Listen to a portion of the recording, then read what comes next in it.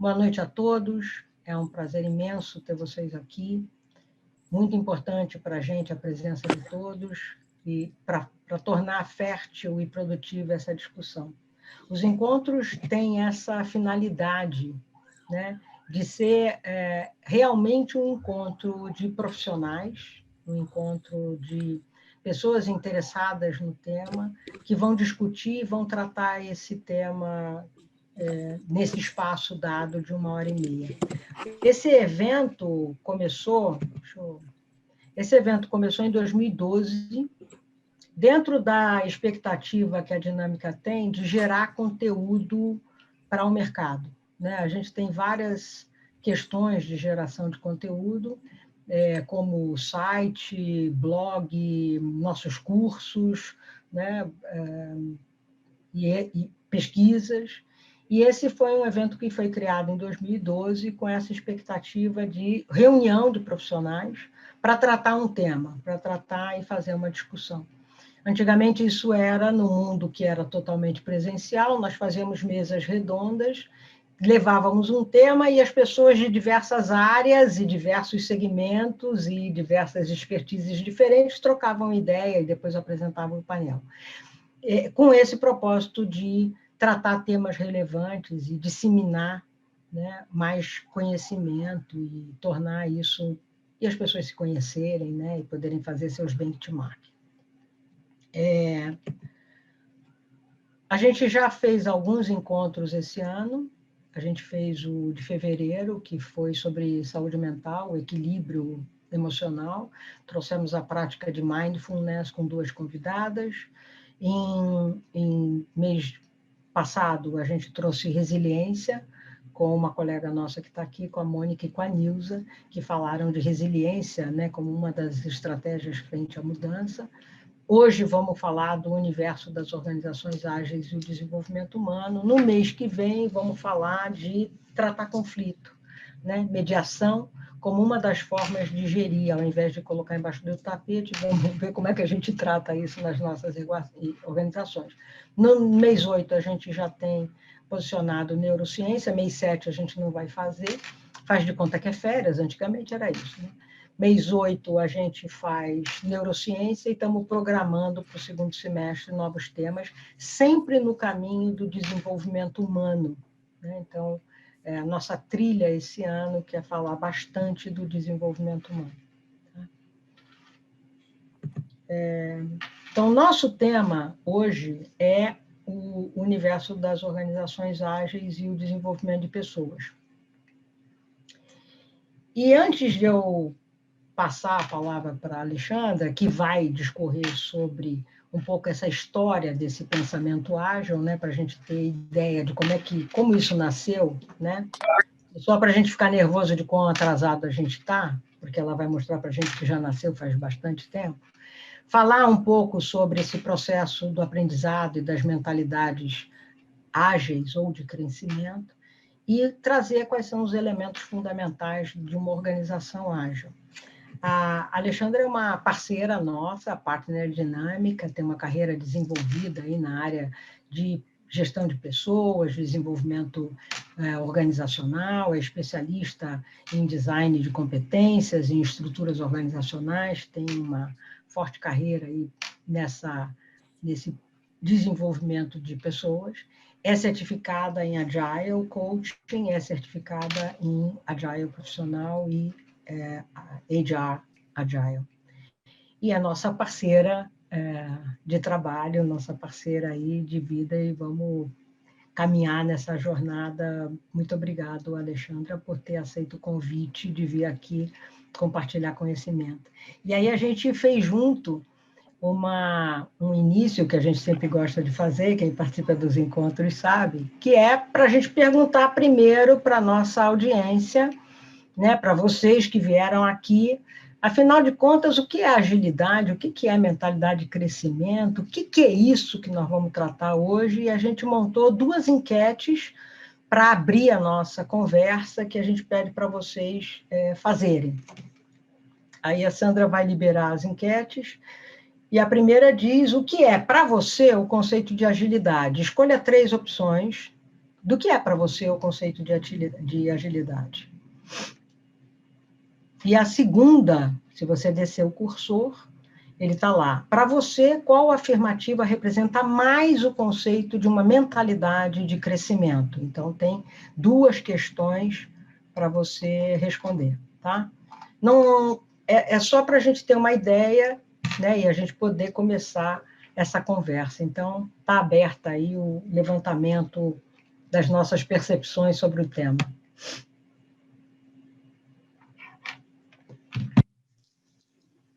Não tem certo nem errado, né, Lilian? Isso, É percepção isso aí. mesmo. É percepção sobre o tema.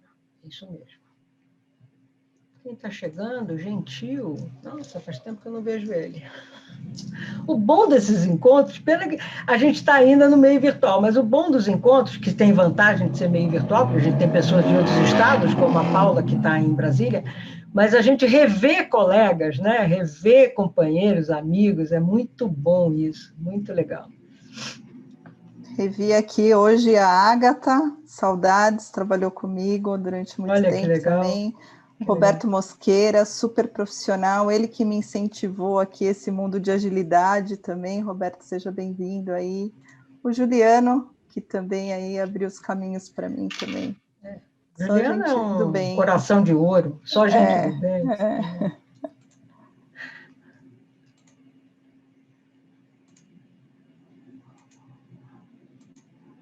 Vamos lá.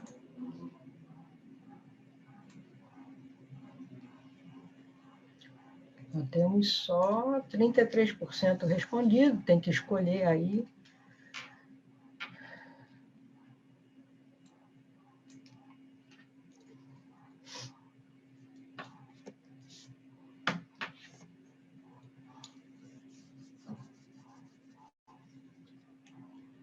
Cinquenta e 53% já respondeu, mas tem mais gente para responder, isso é muito legal.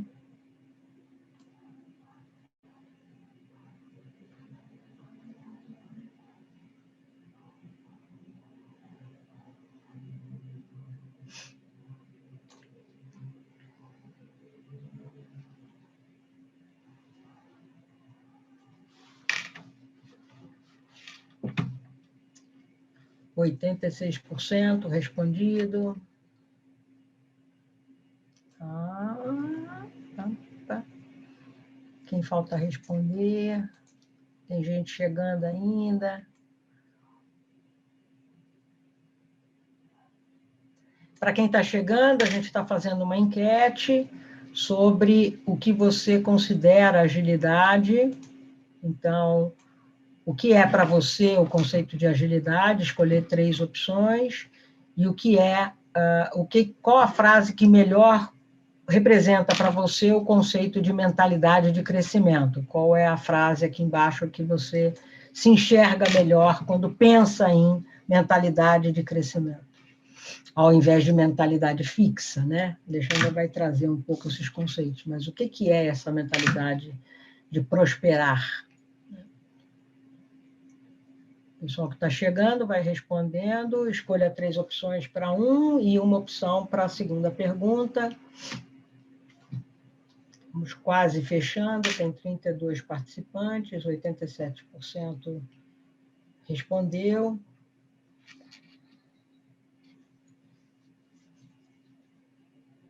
Podemos fechar, não sei. Alguém ainda está respondendo? Pode abrir o microfone, se alguém está precisando de mais tempo. Um minutinho. Sim, Elisângela, legal. Obrigada. Senão a gente fecha no meio da sua votação.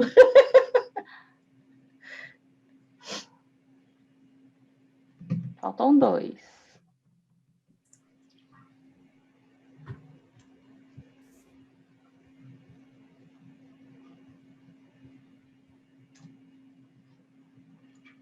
Vamos a...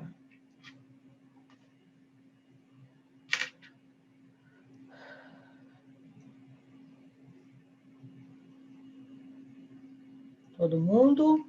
Alguém precisa de mais tempo? Podemos fechar? Se ninguém gritar, Dou-lhe uma. Dou-lhe uma, dou-lhe duas, dou-lhe três. Encerrar.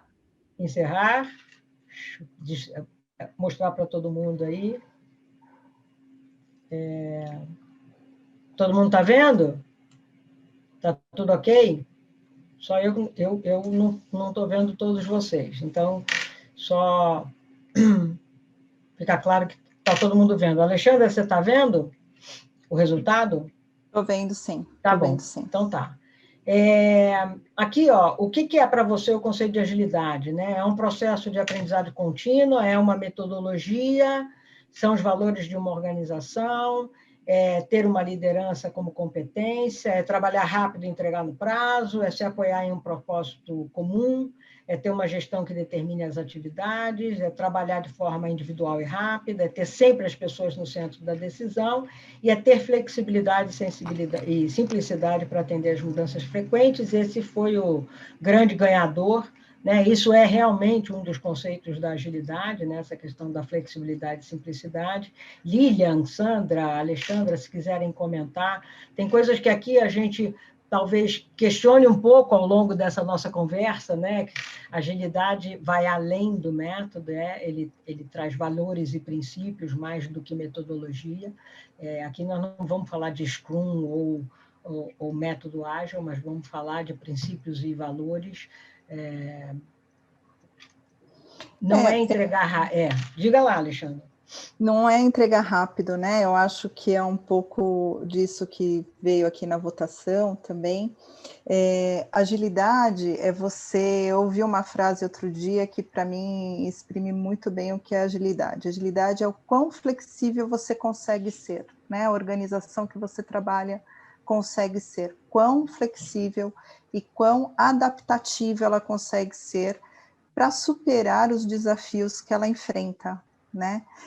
Muitas vezes a gente ouve assim, já ouvi em organizações que eu trabalhei, quando começou a implementar a metodologia ágil lá, o que a gente mais ouve bom, agora temos uma mesa ágil, vamos entregar os projetos rápido. Qual é a data do projeto mesmo? Eu quero a data do projeto. Então, é um desvio de conceito total, né, do que é agilidade. Agilidade é você estar evoluindo constantemente e fazendo pequenas entregas e ouvindo o seu cliente várias vezes. Por isso que um dos pontos que está ali é ter sempre as pessoas no centro de decisão, é um dos principais pilares aí do DNA de agilidade, né? É você ter realmente as pessoas no centro. É isso aí.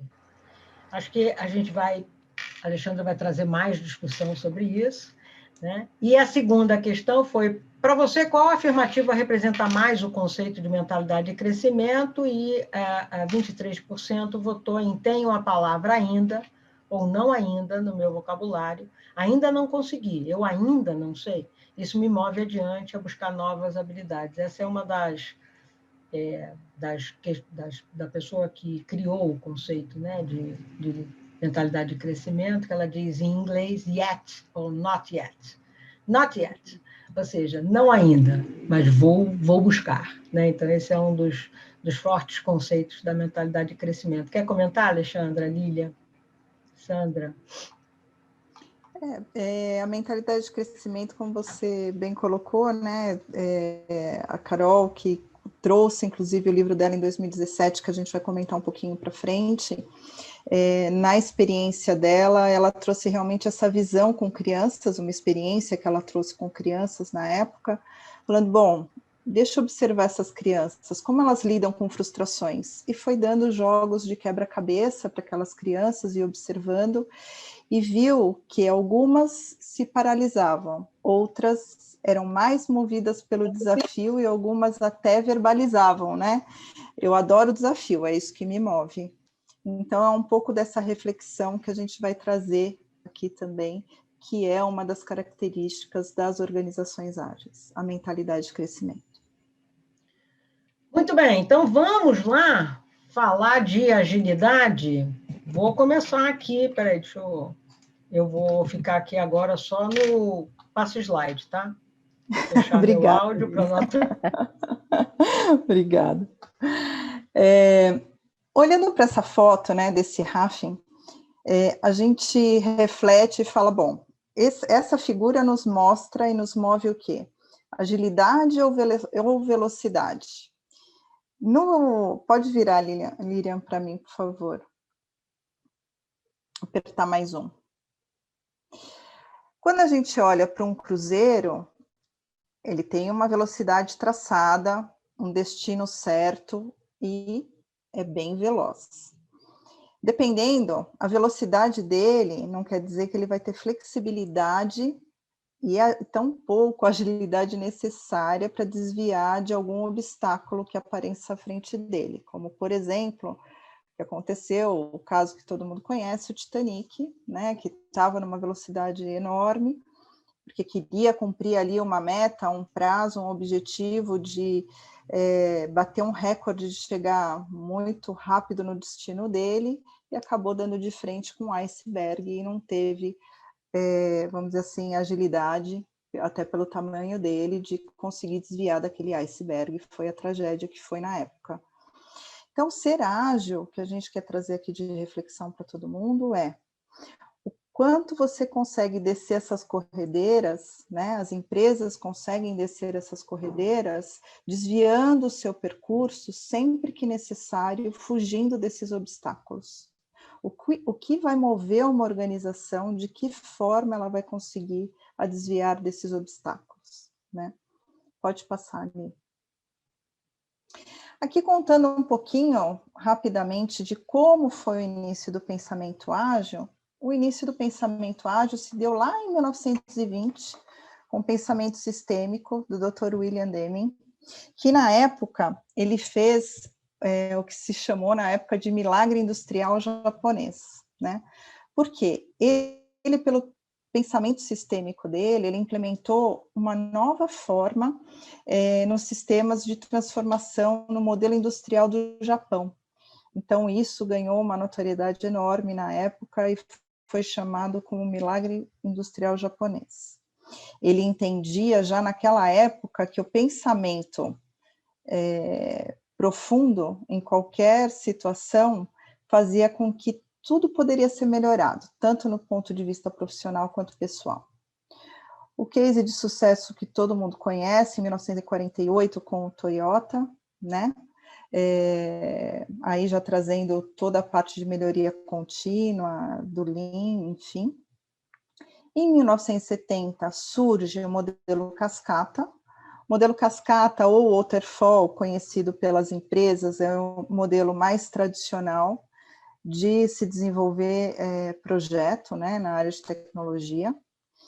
Em 86, inicia-se aí o primeiro, vamos dizer assim, modelo Scrum, né, de desenvolvimento de produtos e de software, onde aparece aí mais fortemente o conceito de um framework realmente de agilidade, onde, além de envolver equipes de diferentes setores, você começa a trabalhar o projeto por sprint, por pequenas entregas, e ouvir mais o cliente ao longo dessa jornada de construção do projeto. Em 95, surge aí outros frameworks, como o SD, que também é focado em agilidade, e o conceito principal do SD é risco, né? O foco dele principal aí, ele é orientado a risco, como você vai evitar risco no framework. Em 96 surgem aí tanto o XP quanto o Crystal, e o Crystal Clear tem aí todo um embasamento muito mais focado nas pessoas, na habilidade de pessoas. Quando você está construindo o time para montar aquela sua mesa e utilizar esse framework para desenvolvimento de software, ele já começa a olhar muito mais o know-how e os conhecimentos que estão ali estabelecidos. Ele ajuda a estruturar dessa forma a mesa da agilidade. Em 2001, 17 profissionais da área de tecnologia se reuniram, todos eles trabalhavam com diferentes frameworks para o desenvolvimento de software, e eles resolveram fazer um grito de guerra em relação ao que eles chamaram depois de manifesto ágil. Por quê? Eles perceberam que em todas as questões do desenvolvimento deles tinham alguns valores e princípios que eram essenciais e que todos utilizavam da mesma forma.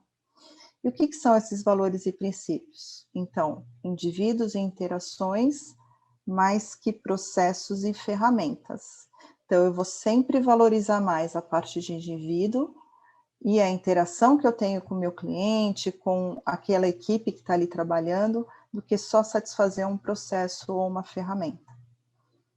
Software funcionando, mais que documentação abrangente. Porque no modelo Waterfall, que todos aí de TI, enfim, conhecem bem, você leva muito tempo documentando o projeto, né, logo no início, especificando, leva semanas de especificação com a área cliente, até você começar a desenvolver o produto. Só que, qual que é a desvantagem desse modelo? Muitas vezes, o cliente não sabe direito o que ele quer. Ele tem uma ideia, ele tem uma diretriz do que ele quer, mas ele não consegue ainda tangibilizar aquilo que ele quer. E muitas vezes, essa especificação sai torta. E daí, lá na frente, quando você acaba o desenvolvimento do software, ou ele não está adequado à realidade do que o cliente queria, ou o software dá alguns problemas e daí volta para refazer e tem um retrabalho e um aumento de custo para a organização. Colaboração com o cliente, mais que negociação de contratos. Ou seja, eu vou sentar muito mais tempo com o meu cliente, discutir, entender o que ele precisa, do que ficar negociando contrato com empresas de software, enfim, e com fornecedores. Responder à mudança, mais que seguir um plano. Ou seja, eu preciso ter adaptabilidade e flexibilidade para conseguir rapidamente entender o que está acontecendo, me antecipar e fazer a mudança daquele software, daquele projeto, para que não gere um efeito bola de neve lá na frente, que eu vou ter vários problemas que eu nem tinha imaginado. Então, eu corto mal pela raiz. Pode seguir, Lê. E o que significa escalar em agilidade, né? Que é um outro termo que a gente ouve muito aí no mercado hoje em dia, né? A gente ouve falar em agilidade, ouve falar em escalar em agilidade. O que é isso? Bom, em 2002 surgiu também, dentro da via de agilidade, o conceito do Lean, só que para fazer softwares mais enxutos, para você desenvolver o software de uma maneira mais rápida e mais curta, também com o conceito ágil, eu vou fazendo por sprint. O SAFe, que é o mais conhecido e o que mais se usa para escalar a agilidade dentro de uma organização, é um acrônimo, né, que é Scaled Agile Framework, que é um framework, só que ele traz uma abordagem muito mais ampla em termos de organização. Ele vai olhar todos os princípios e práticas e processos para poder escalar a agilidade dentro da organização. Ele vai ampliar a agilidade em várias mesas ao mesmo tempo e desenvolver o projeto em vários subprojetos. Então, ele vai ajudar a essa escalada de cima para baixo. O Lean Startup, que também é na linha do Lean, né? Onde você começa aí a olhar que eles chamam de produto mínimo viável, onde você vai fazer betas para a sua entrega daquele software ou para a entrega daquele produto. Eu vou criar uma versão beta, testar, pilotar e depois implementar. Antes de implementar, para ver se está contemplando ali tudo o que eu preciso. E vários outros frameworks aí surgiram de 2012 até 2017 sobre agilidade, sobre como você pode escalar agilidade dentro da organização. Em 2017, a Carol Dweck também publicou o seu livro falando sobre mindset fixo e de crescimento. E é isso que a gente vai falar agora um pouquinho mais para frente, tá? Ainda nos tempos atuais, já em 2017, também alguns profissionais da área de RH, olhando todo esse contexto de escalar agilidade dentro das organizações e tudo mais, criaram também o Manifesto Ágil de RH. Só que até antes da Líria mudar aí a tela, o que a gente pode chegar aqui de conclusão, que escalar agilidade, na realidade, dentro das organizações, é você mexer com a forma como elas pensam, na grande transformação cultural que a empresa precisa passar para ela poder escalar o pensamento ágil de fato dentro da organização. Por isso, esses manifestos também, que a gente vai falar aqui para frente. Pode virar ele. Então, quando esse Manifesto Ágil foi construído, também foi construído com um dos fundadores da Deloitte, tá? O foco foi a base de envolver as pessoas, envolver a cultura, né, da empresa. Por quê? Porque o RH é o agente de mudança dentro das organizações, né, em termos de transformação cultural. É o RH que ajuda as organizações a terem esse impulsionamento. Ou deveria ser, né? Ou deveria ser. Ou deveria ser, né? Né?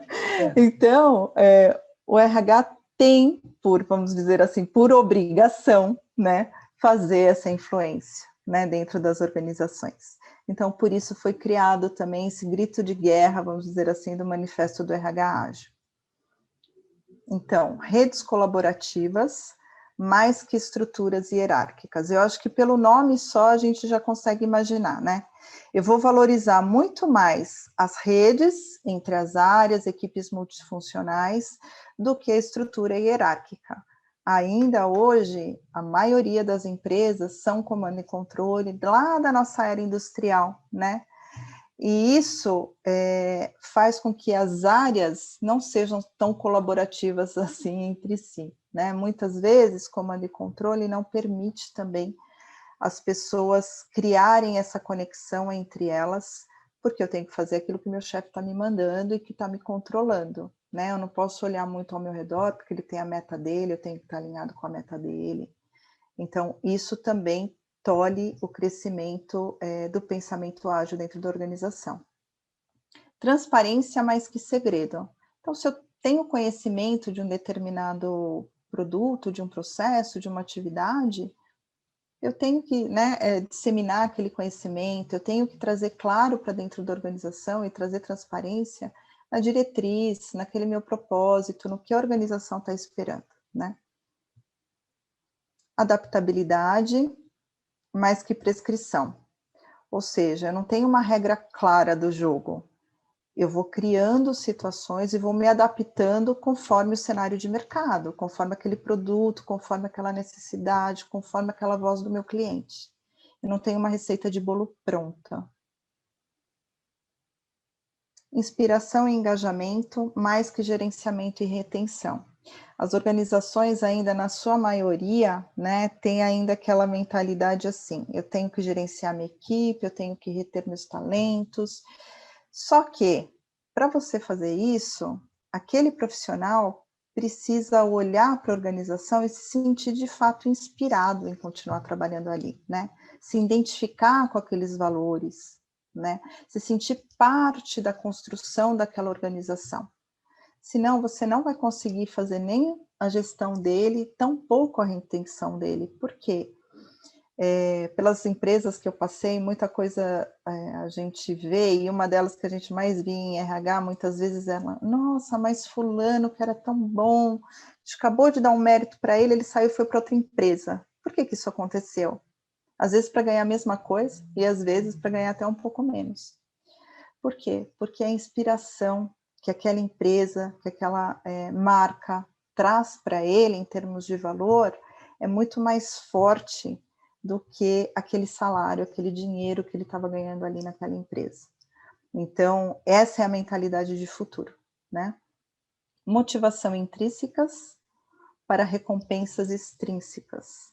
Ou seja, o que me motiva de fato lá dentro, né? O que me mantém aqui conectada com a organização? É muito mais do que a recompensa financeira. E isso, até mais para a nova geração que já está aí entrando no mercado, né? é cada vez mais forte. Ele vai ficar pelo valor que ele entende que ele pode agregar para aquela empresa e que aquela empresa pode agregar para ele, não pelo valor financeiro. Pode passar ali. Aspiração mais que obrigação. Então, eu preciso realmente respirar aquilo, aspirar novos potenciais ali, do que fazer por obrigação, né? A obrigação vai tolir toda a minha criatividade, vai tolir tudo que eu posso construir dentro daquela empresa. Pode passar. Agora a gente vai passar um vídeo para vocês, para a gente refletir, e depois eu vou contar, eu vou fazer um comentário aí desse vídeo, bem legal. Faz parte. Seja do futuro, do passado, do presente, para entender.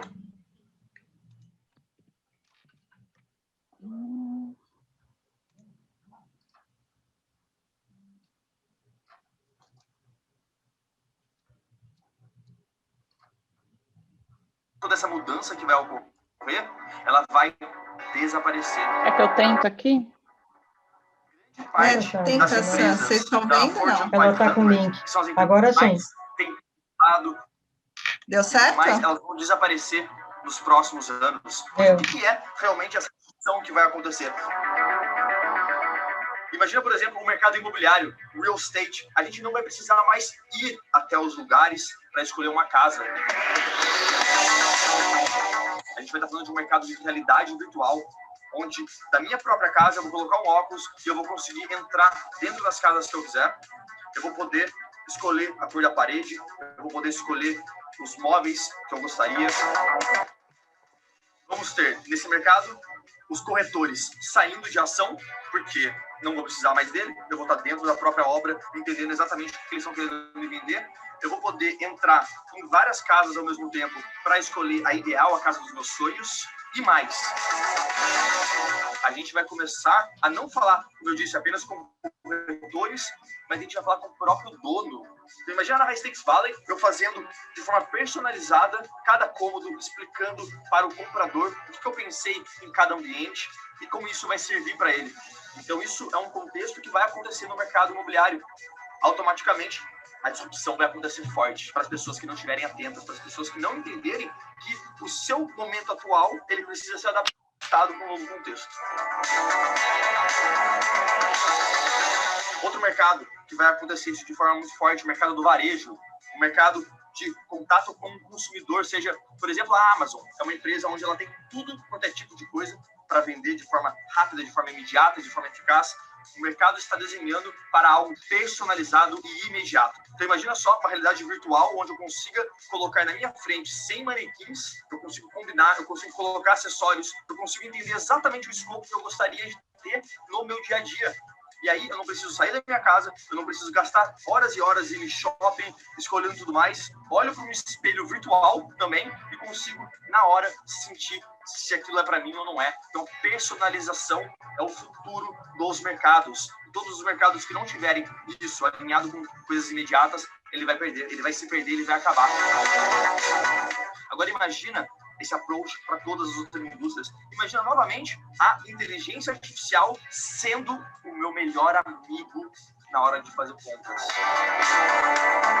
Na hora que eu for investir numa casa, eu vou perguntar para o meu amigo de inteligência artificial se vale ou não vale eu comprar essa casa, se a minha oferta está justa para ambos os lados. A gente vai ter acesso a todos os dados possíveis. Área médica, os robôs vão invadir esse mercado. Pessoas vão estar falando, o que é humano não rela a mão em mim, eu quero robô.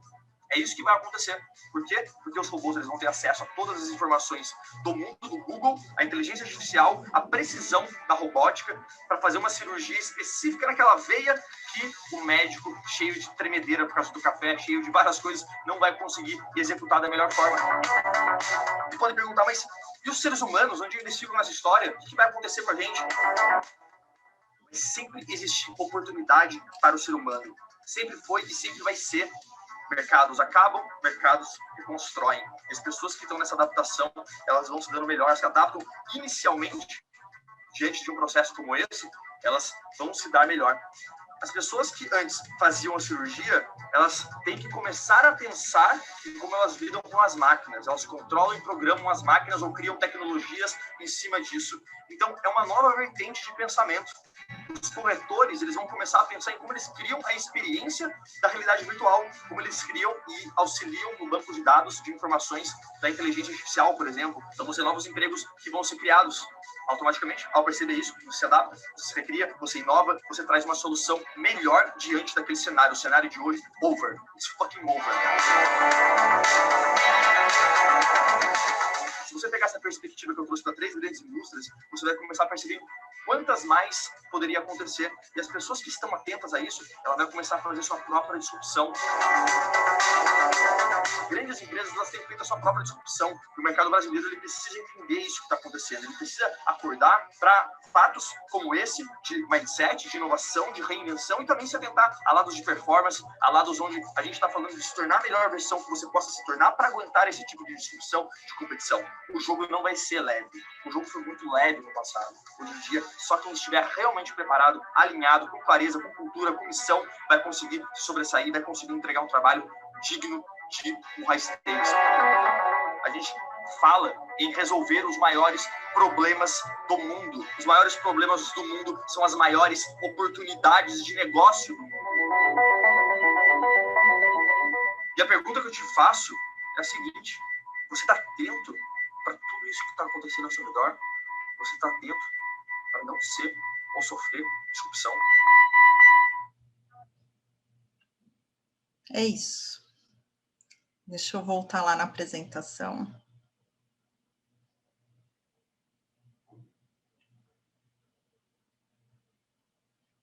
Vocês estão vendo minha tela?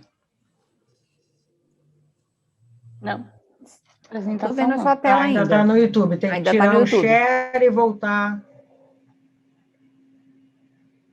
Gente, que acelerado, né? Ele, olha, você não quer voltar aí para mim, enquanto eu só faço um comentário aqui de fechamento.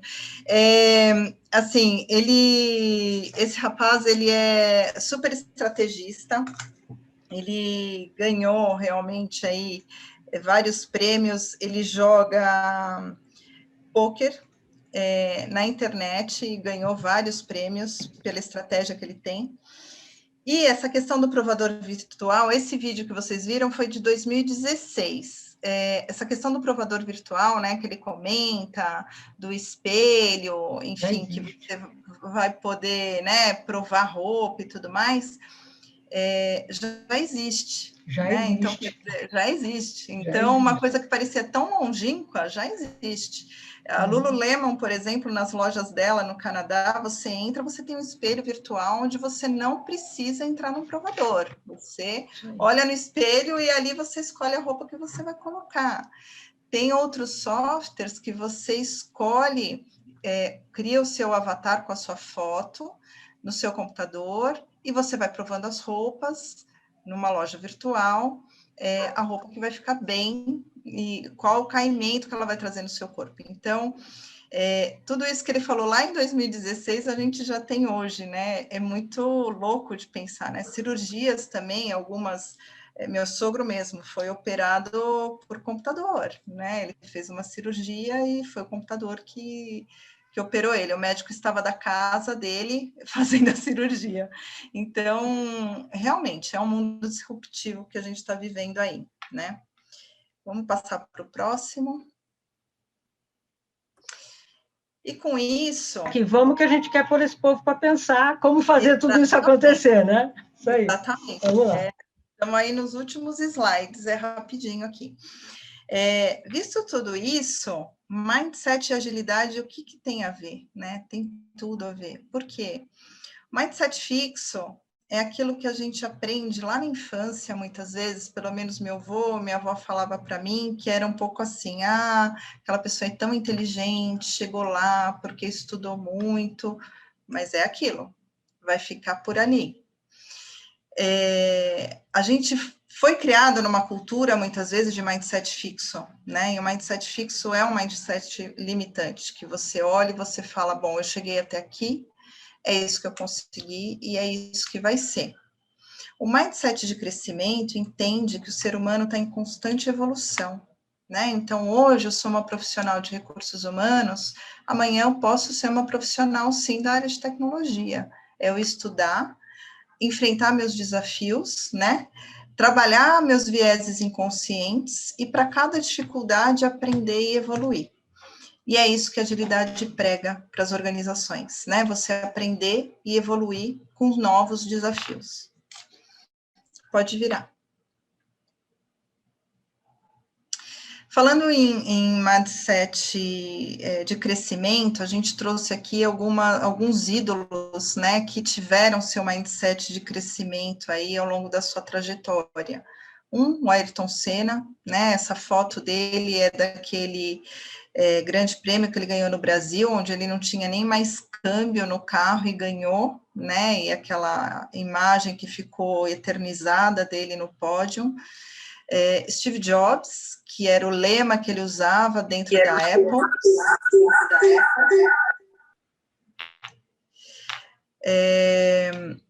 Martin Luther King, que também trabalhava muito essa questão, que quase sempre foi uma minoria criativa e dedicada que fez o mundo melhor, ou seja, mesmo que você seja uma minoria dentro de uma organização, você pode fazer algo melhor, você pode influenciar pessoas e trazer o seu melhor para que aquela organização construa um cenário melhor, né, mais motivador.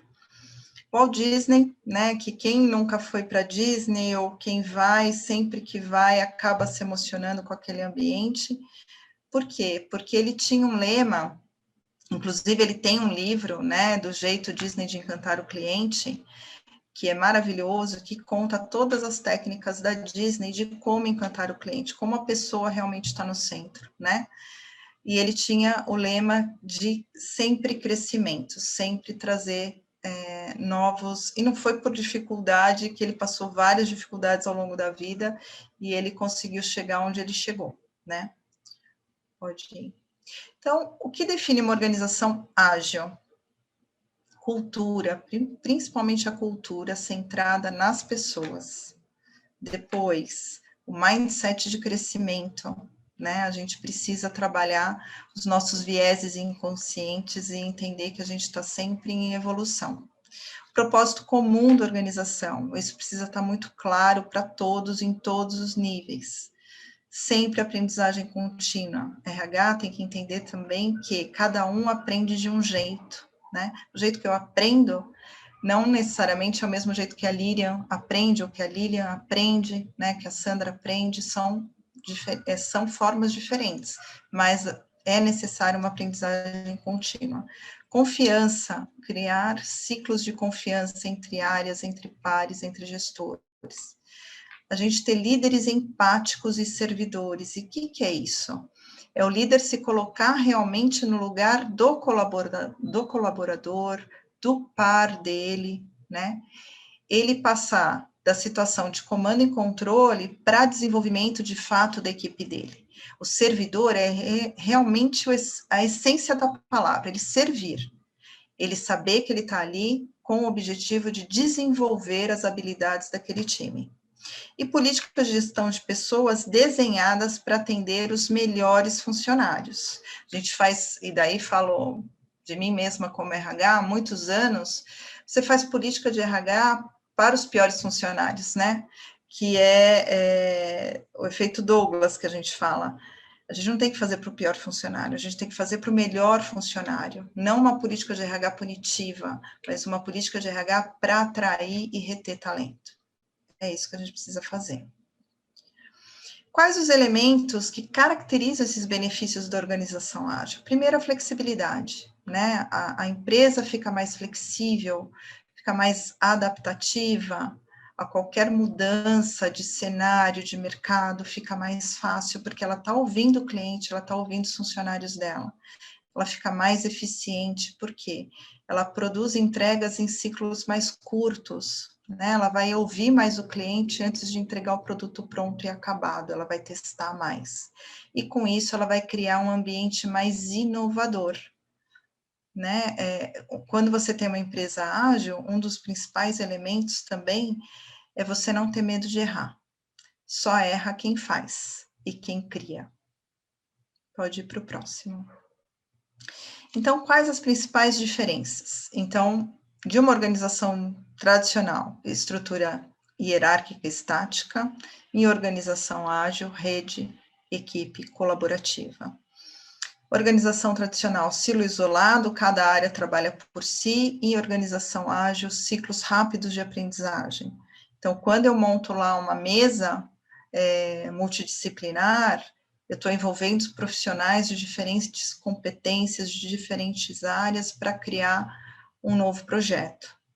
Equipes distantes das decisões e equipes engajadas e próximas das decisões. Por quê? Porque eu vou ouvir a minha equipe antes de tomar uma decisão, antes de implementar um projeto.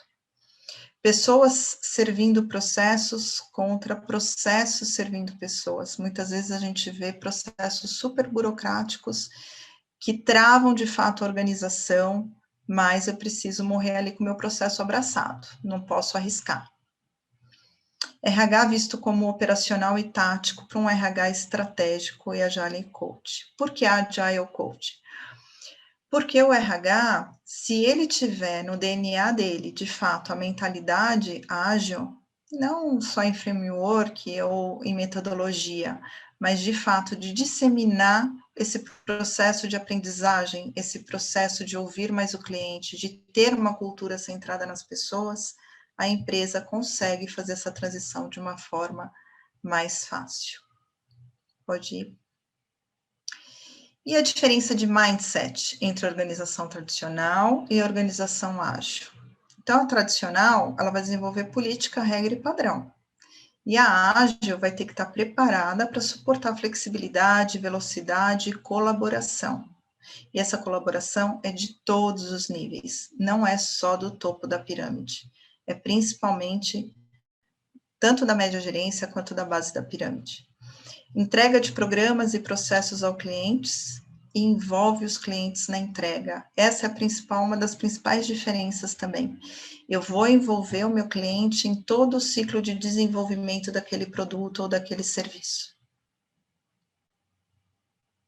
Trabalho individual para um trabalho em equipe multifuncional.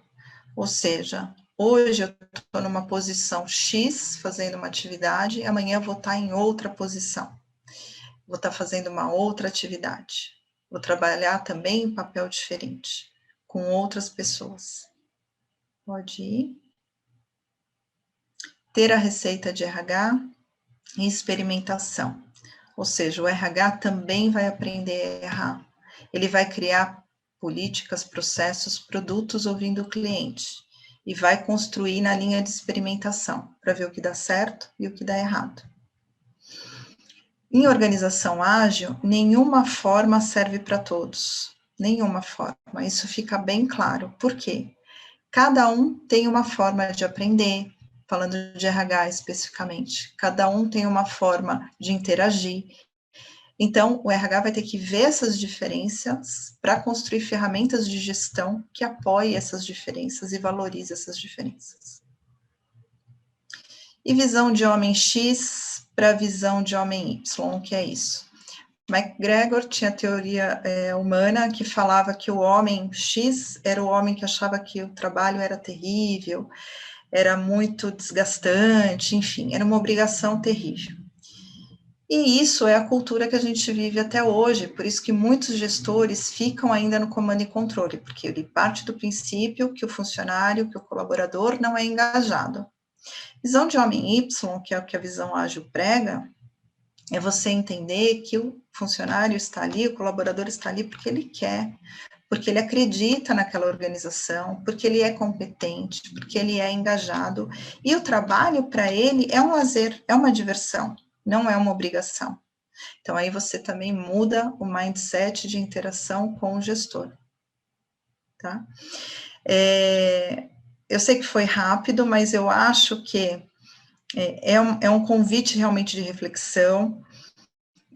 Quando eu comecei a conhecer um pouco desse tema, que até comentei aqui, o Roberto Mosqueira, que está até aqui com a gente numa conversa, meu amigo também de anos aí, me abriu os olhos para isso, e eu vi como profissional de RH o quão desatualizada eu estava. Estou sendo bem sincera e abrindo meu coração aqui para vocês.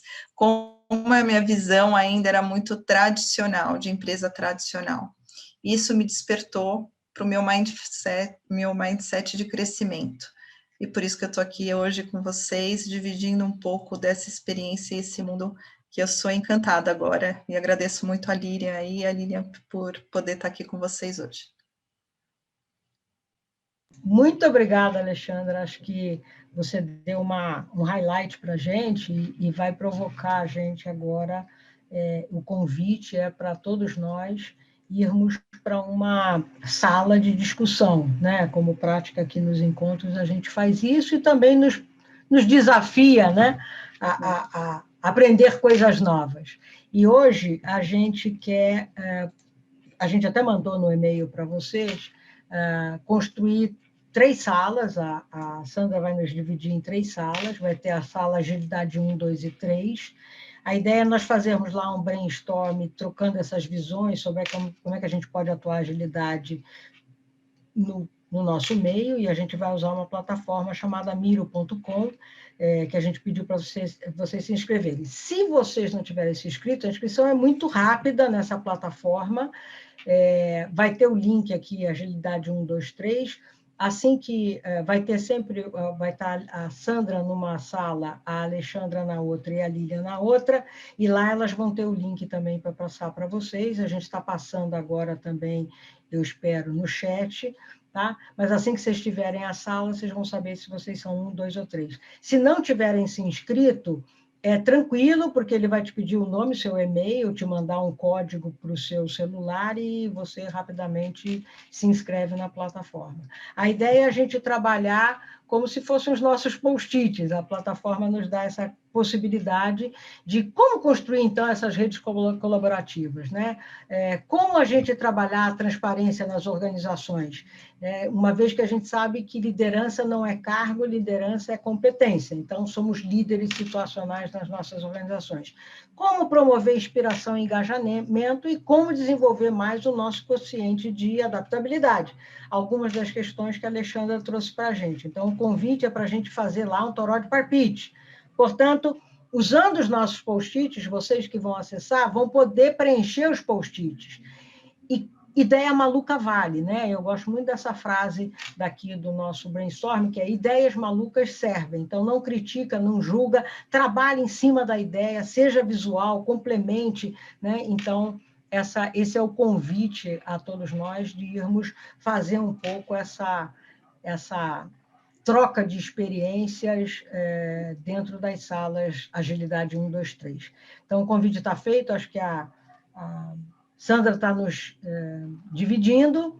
Assim que vocês estiverem nas salas, peguem o link, entrem lá e divirtam-se, porque eu acho que tem que ser tudo muito divertido. Então, troquem ideias, divirtam-se e preencham os post-its lá dentro das salas. O convite está feito, vamos lá. Problema. Deixa eu só fazer o seguinte, está chegando na nossa hora final.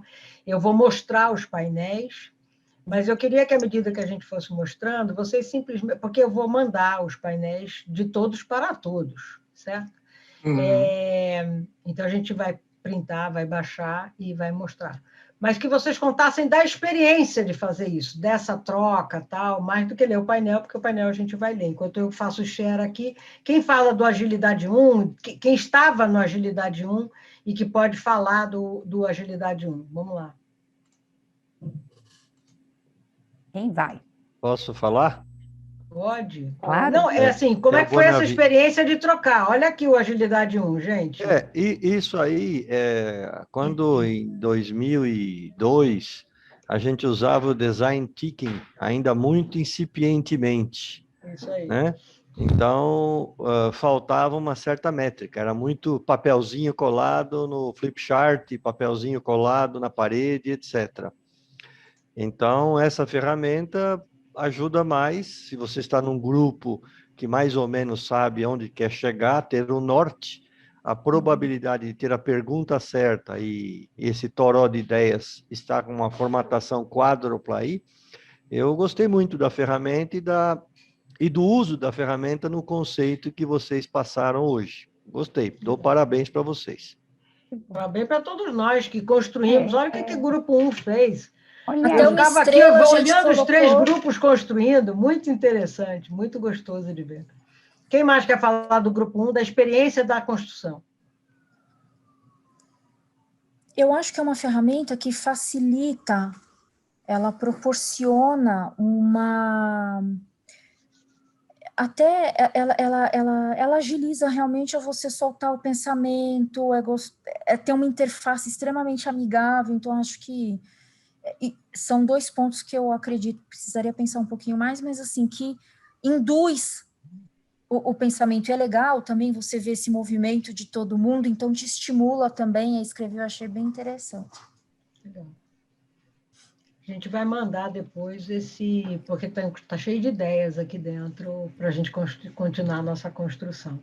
Eu vou pegar o Agilidade 2. Quem quer falar um pouquinho de como é que foi essa construção do Agilidade 2? Olha aqui a construção.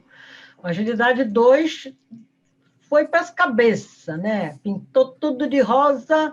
Tem gente que quer ser criativo e colocou uma estrelinha, né? Como é que foi o Agilidade 2? Quem quer falar sobre essa experiência?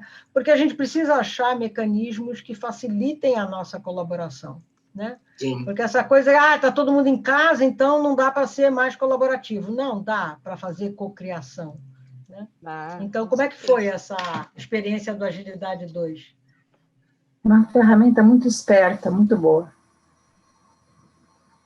Eu acho que ela é, assim, só complementando o que a própria Paula comentou com a gente, além dela ser muito amigável, por exemplo, eu nunca tinha utilizado, foi a primeira vez, então ela é super amigável, super tranquila, e realmente, em poucos minutos, ela estimula o nosso raciocínio também. Então, ela desperta essa questão de você... da agilidade do raciocínio, da colaboração e, ao mesmo tempo, a visualização de tudo que está se passando no cenário, sabe? Então, acho que isso é realmente muito colaborativo.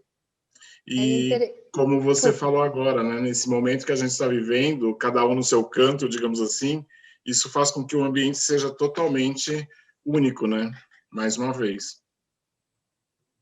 E é interessante porque a gente vai jogando as ideias sem ninguém interromper o outro, né? Então, você lê uma ideia de e você faz a sua, você até se inspira, mas ninguém interrompe ninguém, porque fica divertido. Então, de repente, abre mais o espaço para... Porque às vezes você faz a presencial, quando a gente já fez presencial, as pessoas um para, o outro fica pensando no que o outro falou, será que eu falo melhor, será que eu falo pior? Aqui você vai jogando e vai brincando. Quando você vê, tá lotado de coisa. Muito legal. E você vai vendo a construção do outro, vai co-construindo, né? Um inspira o outro, né? Um inspira o outro, E essa aqui eu vou mostrar para vocês o Agilidade 3, a construção do Agilidade 3, e alguém quer falar sobre o Agostinho, a Diane, tinha mais gente aqui, tinha o Juliano, se eu não me engano, a Alexandra... Como é que foi essa experiência de fazer essa colaboração, né? Fazer o tal do squad colaborativo de verdade, né? Com visões diferentes, de pessoas de segmentos diferentes, de áreas diferentes, essa experiência de construir algo juntos. Como é que foi? E cada um na sua casa, num canto do Brasil, né? Exato. Até falamos no final, quem quiser complementar, por favor, ajude. Vivenciamos a própria disrupção dentro do grupo. Então, foi feita essa associação que eu acho assim, fantástica, como que a gente pega a teoria que acabamos de ver e já estamos aplicando na prática, e esse é o mundo real que vivemos. E outra coisa que é interessante, só para evitar, né, repetir o que os colegas anteriores falaram, que eu achei fantástico também, é a questão que houve a facilitação. Então, teve pessoas que estavam digitando, estava no chat, teve pessoas que estavam digitando diretamente na task, né, aí no post-it. Então, foi muito bacana, porque não necessariamente é um trabalho sozinho. Então, isso é muito importante, cair essa ficha, porque quando a gente fala do trabalho colaborativo, a gente precisa compreender que existem diferentes pessoas, e cada pessoa aprende de um jeito, fala de uma outra maneira, e se expressa de uma terceira forma totalmente diferente das duas primeiras. Então, a Alexandra, muito obrigada, assim, nos conduziu. Esse papel de facilitador continua bastante importante, é o lado humano da tecnologia que compete a nós, e entender como cada um funciona, assim, foi fantástico. Eu também não conhecia a ferramenta, entrei na hora e foi muito bacana. Parabéns pelo trabalho desenvolvido e obrigada pelos colegas, aprendi muito, saiu de copo cheio hoje. Que delícia. Que bom. Legal. Muito bom. Então, a gente vai printar e vai baixar aqui em PDF, mandar para vocês, né, para vocês poderem olhar o trabalho e acrescentar mais coisas, mas a expectativa aqui era vocês sentirem, né, como fazer um trabalho colaborativo, mesmo com pessoas em lugares diferentes, em situações diferentes. A gente sempre imaginava que, então agora para fazer essa coisa tinha que estar presencial. Claro que tem prós e contras sempre, mas eu acho que a gente tem mecanismos para ir buscar, para não perder, né, essa oportunidade que é a colaboração, as equipes multifuncionais. Aqui a gente está com pessoas de N empresas, profissionais de N carreiras, de N experiências, sentados juntos e conversando. Acho que essa foi a intenção aqui do processo. Eu queria só compartilhar aqui um final com vocês da nossa noite, né? Já estamos chegando aqui no finalmente da nossa noite. Deixa eu só passar aqui para frente. Aqui, a gente falou, trabalho em equipe multifuncional, experimentação, né?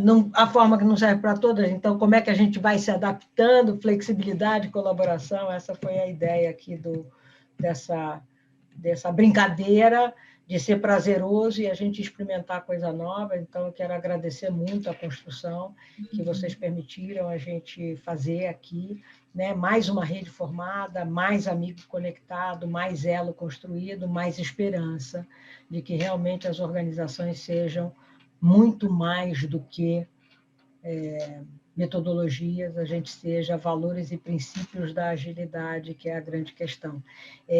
A Sandra ou a Lilian vai colocar o nosso link de avaliação. Peço muito que vocês façam a nossa avaliação para a gente ir melhorando a cada dia. Agradecer muito a Alexandra por compartilhar os conhecimentos dela e a experiência dela.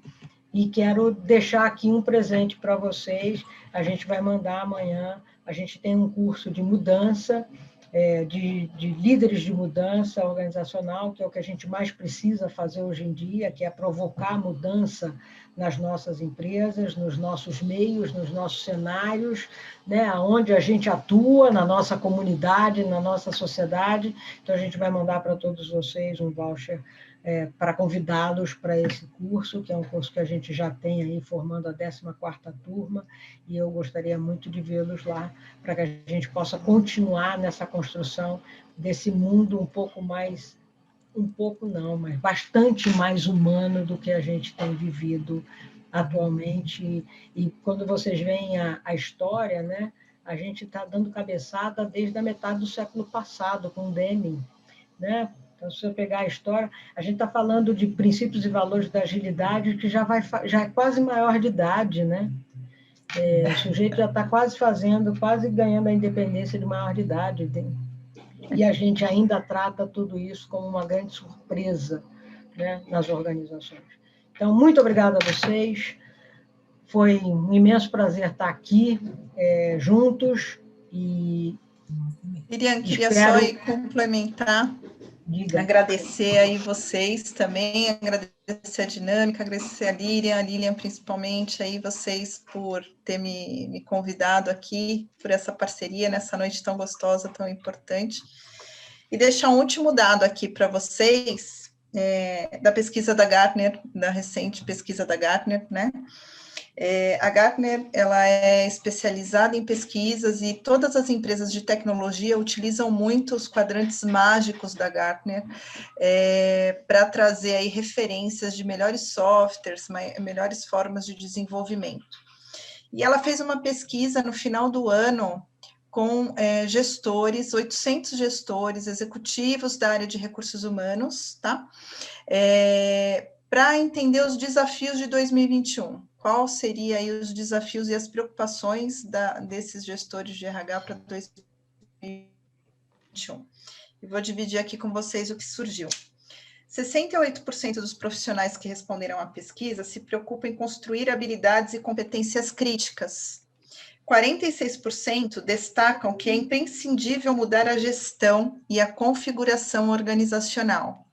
Eu acho que é um percentual bem grande ali, né, da população de RH.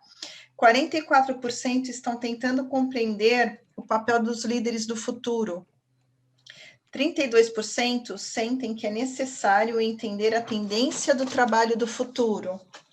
E 28% estão focados em como cuidar da experiência do colaborador. Ou seja, fica aqui um fechamento também para vocês, sobre quão importante é essa mudança de mindset, essa construção, essa cocriação de uma organização melhor e mais sustentável, né, para as empresas aí. Aproveitar e convidar vocês, no dia 1º de junho, a semana de junho, no dia 3 de junho é o dia do profissional de recursos humanos, que a gente diz que vai muito além da área de RH, tá? Então, o profissional que lida com gente, não é necessariamente só o profissional do departamento de RH. E a gente vai ter, na Associação Brasileira de Profissionais de Recursos Humanos, uma jornada chamada Future HR, que a primeiro dia é o painel com 4 profissionais, eu vou moderar esse painel, eu faço parte da associação agora, entrem no site da associação, eu vou buscar agora o link do Simpla, é free, é livre, nós vamos falar do futuro do trabalho e impacto em cultura, eu faço parte lá do Hub de Cultura, então o primeiro dia vai falar de People Experience e o impacto do futuro do trabalho, dessa tendência, e nós vamos estar lá com 4 visões, uma startup, um CEO, um C-level, uma head de RH e uma pessoa de cool hunting, que é uma pessoa que olha para as tendências. Então, acho que vale a pena ir lá. Depois, no 2º e 3º dia também, tem bons ensaios lá, bons insights para a gente buscar. Então, procurem o site da BPRH ou nas redes, né, e se registrem, porque é muito interessante. Eu vou ver se eu acho aqui o link e já passo para vocês. Mas muito obrigado pela presença de todos e, mais uma vez, só agradecer essa troca fantástica de ideias e de aprendizado sempre, que são os nossos encontros, e já convido vocês para o encontro do mês que vem, que vai falar sobre como lidar com conflitos nas nossas organizações, certo?